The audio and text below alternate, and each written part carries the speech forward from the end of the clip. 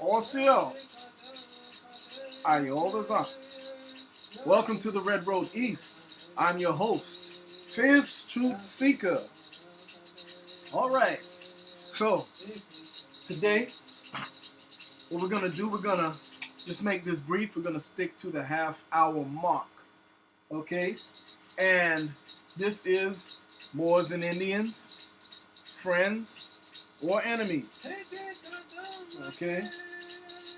So let's get right into it. Look at a couple of documents.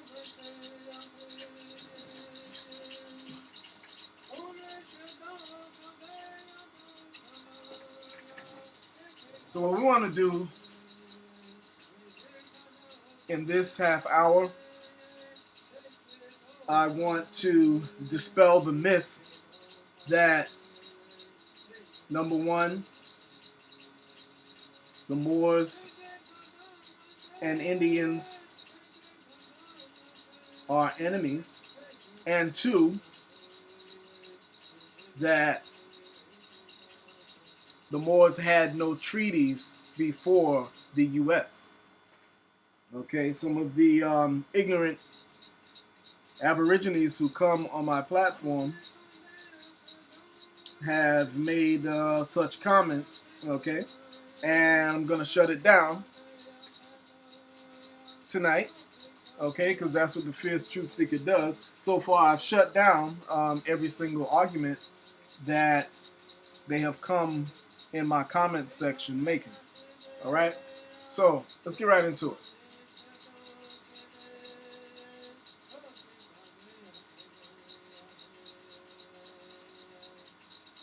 So we're going to look at the book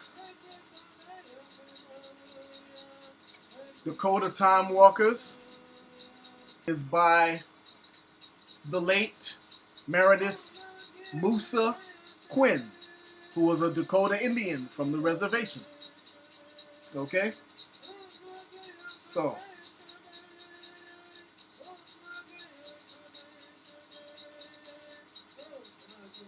on page 71,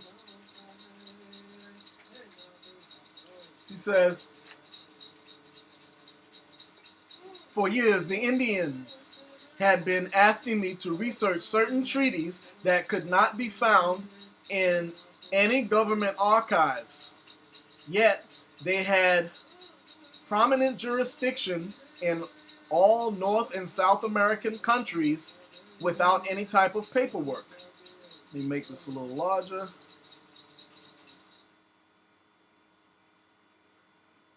Even Felix Cohen's book, Federal Indian Law, which was written to terminate by providing legal loopholes for the government to assume by ambiguous concepts jurisdiction for Indians and their lands without recourse, whacked softly over the Pueblos, and he said whacked, but did he mean walked?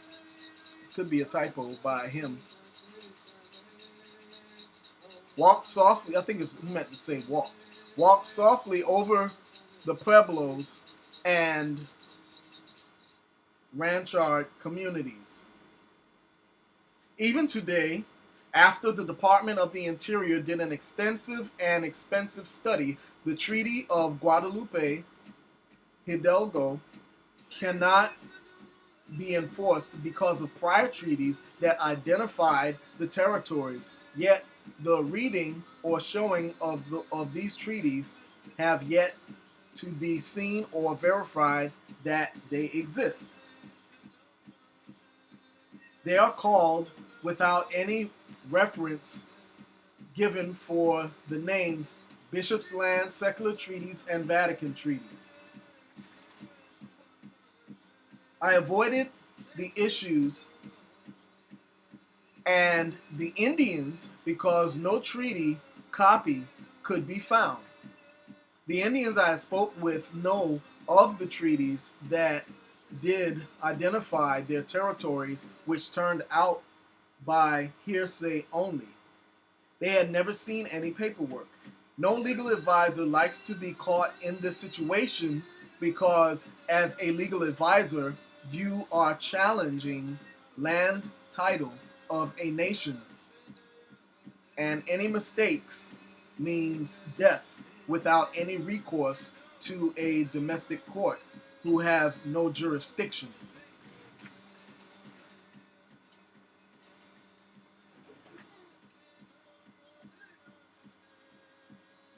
In my earlier days, I received too many beatings and left for dead for a slight mistake. So you cannot make error in that business. But one day, this Indian group backed me into a corner by a statement.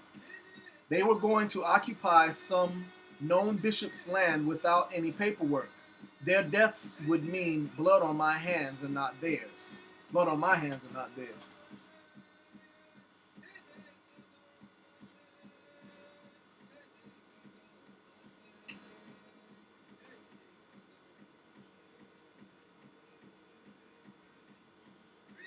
All I had was the extensive and expensive paperwork of the Department of the Interior to work with, which gave in detail over 100 articles of these treaties. I was still researching when the Indian group arrived, who loaded me into an old Volkswagen van with my research paper and typewriter, and started on the journey to the mission to be occupied. Because my research was not completed and what was done had to be typed and duplicated, therefore it could be used. It was 1 hour past the time for occupation, but it was presented. To me, the research showed and presented questions that asked questions that demanded answers because the jurisdiction was so exacting, and to many countries were fulfilling the jurisdiction without any type of paperwork. The American Indian had a friend, a true friend they had never known or ever knew he existed. Let me repeat that. The American had an enemy. The American Indian had an enemy. The American Indian had an enemy?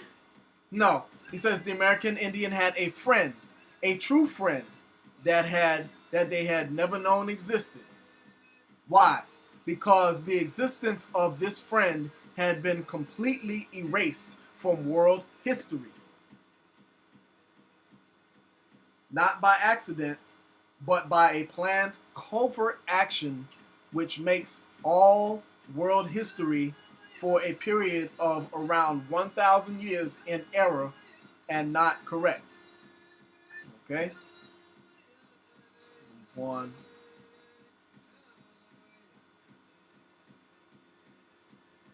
To the next page, because I'm not going to linger too much. I'm going to get right to the nitty gritty, because we're going to get into Time Walker a little bit deeper later on. I just want to show you the highlights. Let's skip down to the bottom. It says here, I presented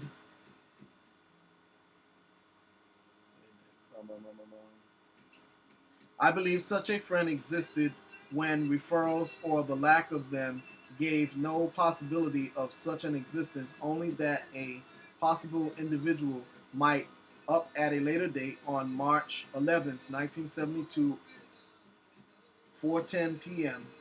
I presented to the Church of Rome the missions in the state of California, an Indian manifesto, and occupied one mission, which by proxy occupied only the missions in Mexico, United States, but wherever secular treaties existed. The manifesto contained only 8 out of 100 articles. He's talking here about an Indian manifesto. Okay. Having personally studied and read over 300 Indian treaties, I know that the U.S., Canada, Mexico, North and South American countries, France, England, Spain, Denmark, Norway, never came close to the stipulations found in the secular treaties. So simple, logical deduction concluded that the authority and nation that discovered the Americas and signed treaties with its citizens did not belong to the family of civilized nations. I knew of the period of time that this nation had to exist, only there were no references that such a nation ever visited the Indians, but it ruled the rest of the world for a period of 700 years. And this was the Moorish Empire. Okay, so for all of those who say the Moors were never an empire and it's just a descriptive term, okay, this just shuts down that argument right there. This is the Moorish Empire.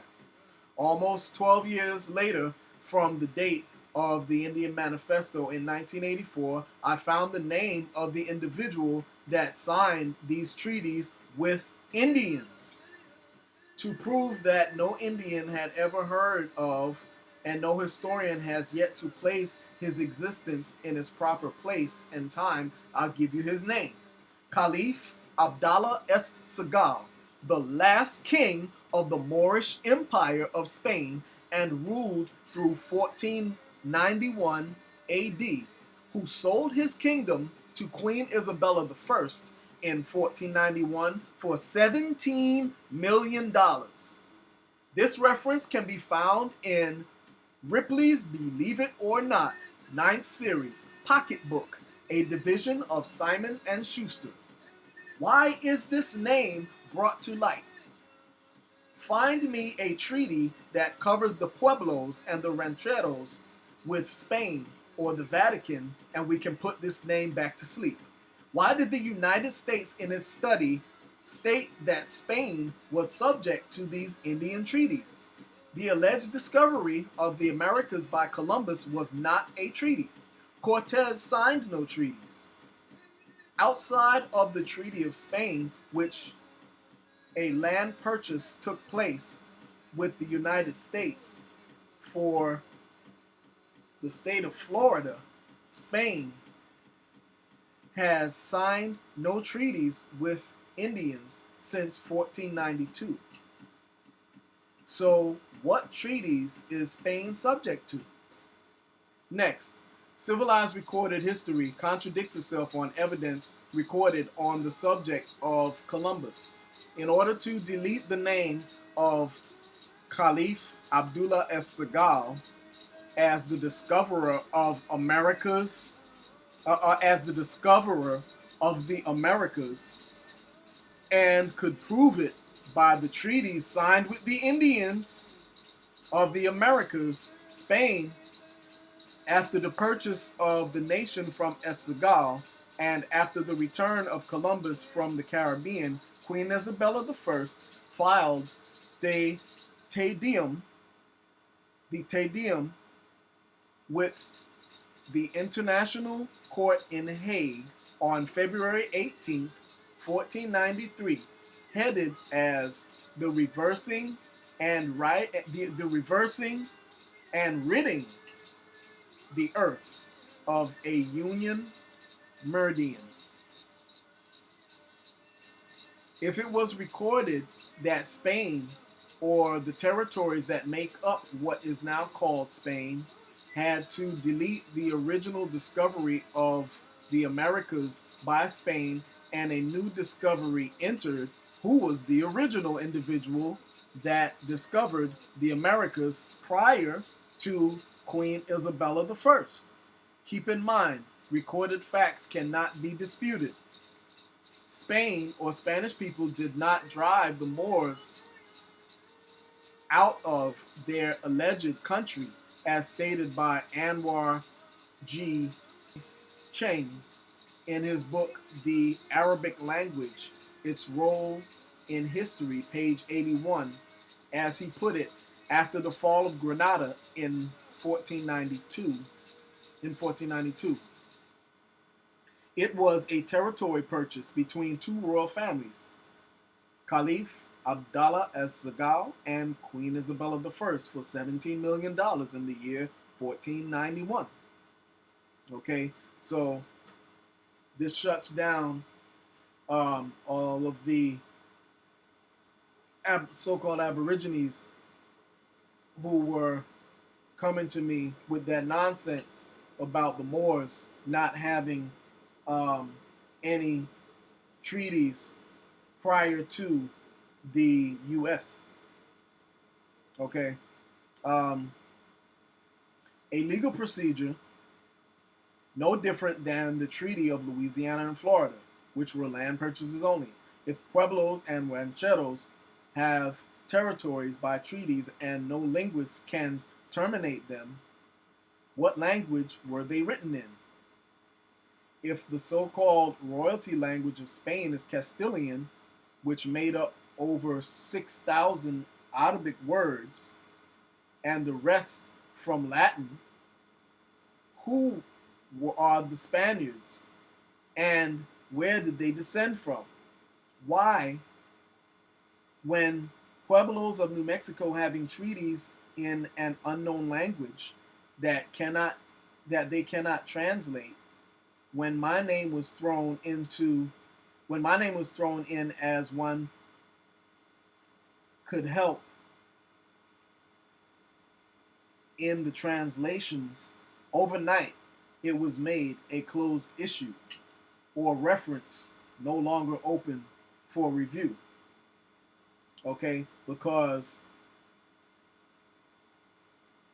Musa Quinn, his area of expertise was in Indian law. Okay, and a lot of tribes were trying to get their status correct, before he passed away. A lot of tribes went to him to try to get their status correct.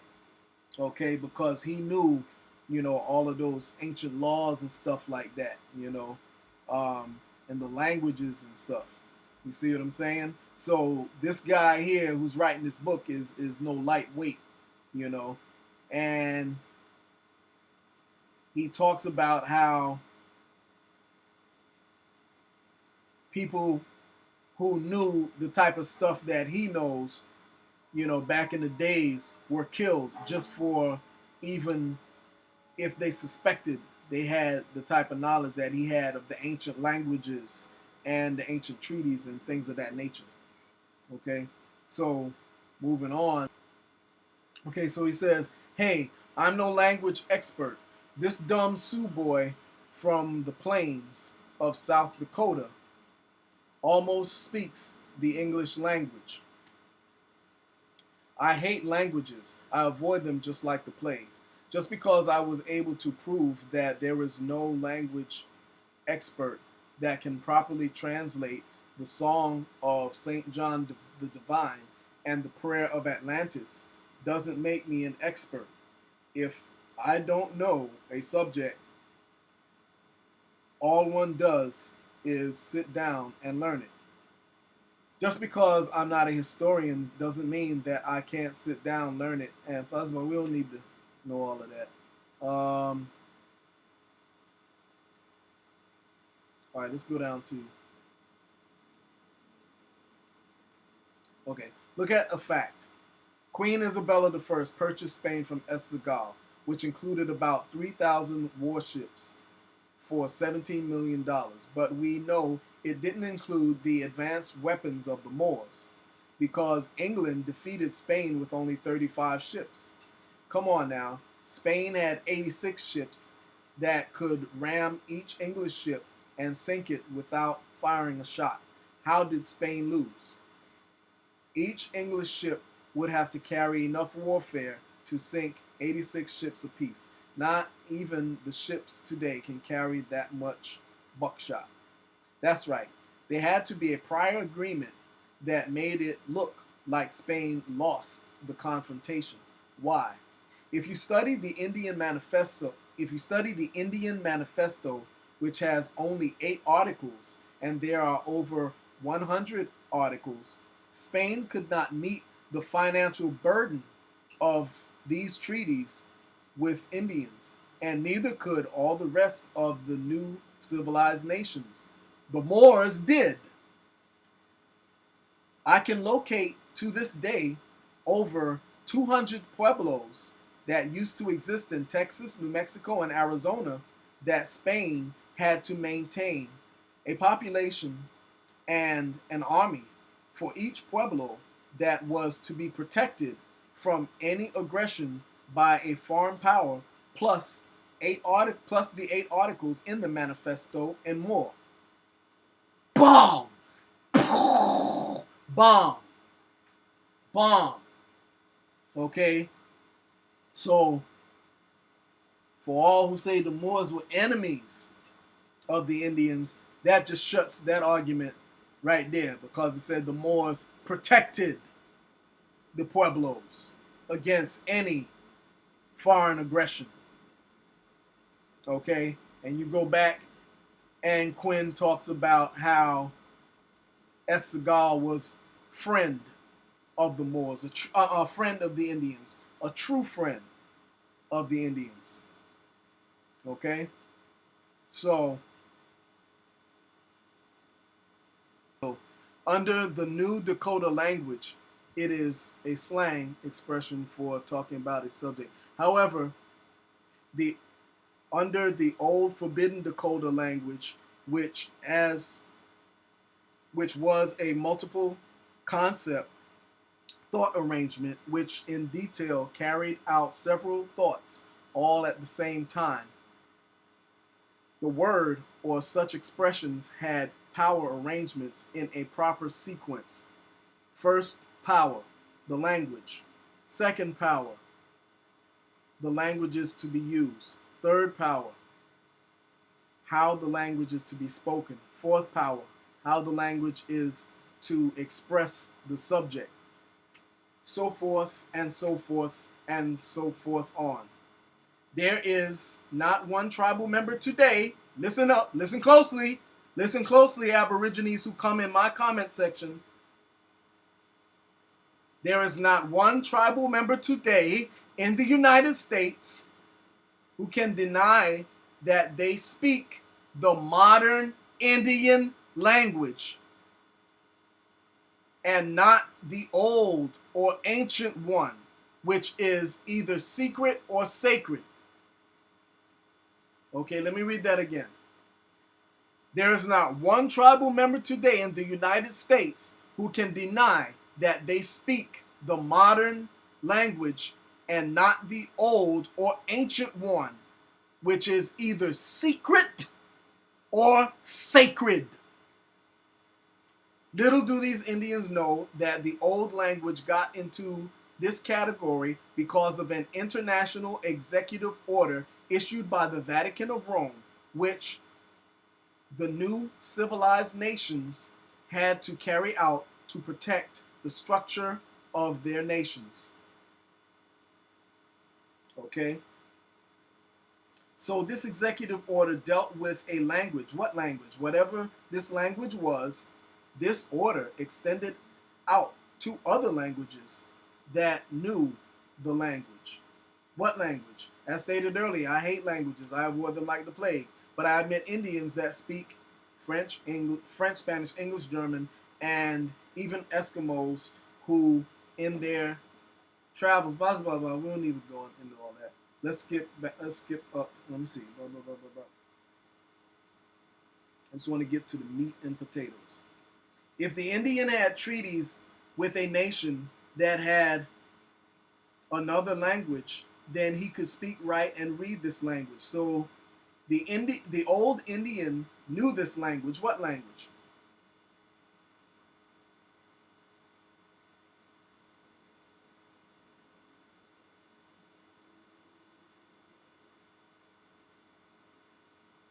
I keep asking the question for a good reason, okay? That was page 78. We just left. Now we're on page 79. One day, I had to give in and look at languages. A language is a language, and would it be so hard as to find a language spoken in a certain area of the earth? I got the surprise of my life. Not only did this international executive order kill and murder everyone that knew about this unknown language, which didn't require that one speak the language, but just knew about it. The order went on to burn and destroy records and schools that taught Homer, late and medieval Greek, Latin, Hebrew, Arabic, and other languages in that area, Middle High and Low German, English and French, Old Danish, English, French, Norse, and Old Spanish, which was getting started. If I can quote from the movie Ghostbusters, we don't need all of that.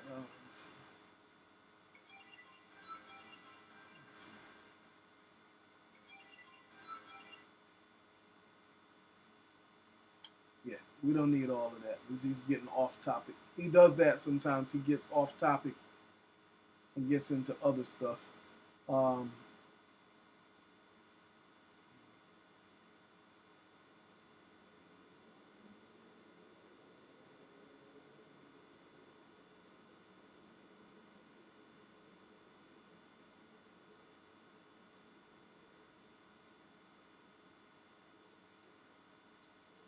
Okay, this is the meat and potatoes right here because we're at that 30-minute mark, and I'm gonna skip a couple of pages because it gets into some other stuff. We'll deal deeper into all that other stuff later on, but I just want to get right to the nitty-gritty and to the point. So on page 86, he reveals it because he also talks in riddles, so you can get all lost into a whole bunch of other stuff reading his stuff, because sometimes the way that he speaks, he goes around the world to get to a point, the point he's trying to make. So on page 86, he comes on with it. He says, after reading books and books on the history of languages, I hate languages, it was found in the book The Arabic Language, Its Role in History by Anwar G. Chung, page 81, University of Minnesota Press. The Arabic language, forbidden in any shape by the inquisitors. Then why was the Christian Bible permitted to retain? Because all it is a translation of religious writings from the Arabic language. The Arabic language was spoken all over the world, including the lands of the Indian of the Americas. No wonder 100 million Indians had to die because they could speak the Arabic language. That explains why the old Pueblo Indian Tewa language is secret and never brought out, because it has many Arabic words in it, and it used to be a death penalty if anyone found out that someone knew it. It further explains, listen, because this is the bomb. So you Aborigines who come in my comment section talking that nonsense about Moors, listen carefully, because this shuts your shit down quick, fast. He says, It further explains why my Dakota Indian name, which does not follow the regular chain of boys' names, and my father, mother, grandmother, and grandmother and grandfather knew what they were naming me when they named me Musa. Musa in the Arabic language means Moses, body bag. Okay? So he told you right here that the Arabic language was a secret language spoken among the Indians. And 100, let's read that again. No wonder 100 million Indians had to die because they could speak the Arabic language. That explains why the old Pueblo Indian Tewa language is a secret. Secret. And never brought out because it has many Arabic words in it and used to be a death penalty if anyone was found out about it. If they found out that someone knew it. And he says it further explains my Dakota Indian name. And he says his father, mother, grandmother, and grandfather knew what they were doing when they named me Musa. And on that note, man, I mean, that's a good way to end this off. Okay.